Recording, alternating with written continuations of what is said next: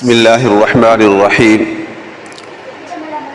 مرکز رائیونڈ کے سابق شیخ الحدیث حضرت مولانا جمشید صاحب رحمہ اللہ حضرت حکیم الامت تھانوی رحمہ اللہ کے حوالہ سے نقل کرتے ہیں کہ اگر کسی کے سر میں درد ہو، چاہے پورے سر میں ہو یا آدھے سر میں ہو، جس کو درد شقیقہ بھی کہتے ہیں، اس کے لیے بہترین عمل یہ ہے کہ وہ سورہ بنی اسرائیل کی آیت نمبر 105 وَبِالْحَقِّ أَنزَلْنَاهُ وَبِالْحَقِّ نَزَلَ وَمَا أَرْسَلْنَاكَ إِلَّا مُبَشِّرًا وَنَذِيرًا 7 بار پڑھ کے اپنے سر پہ دم کرے، پھر دوبارہ 7 بار پڑھے، پھر تیسری بار 7 بار پڑھے، اس طرح 21 بار ہو جائے گا۔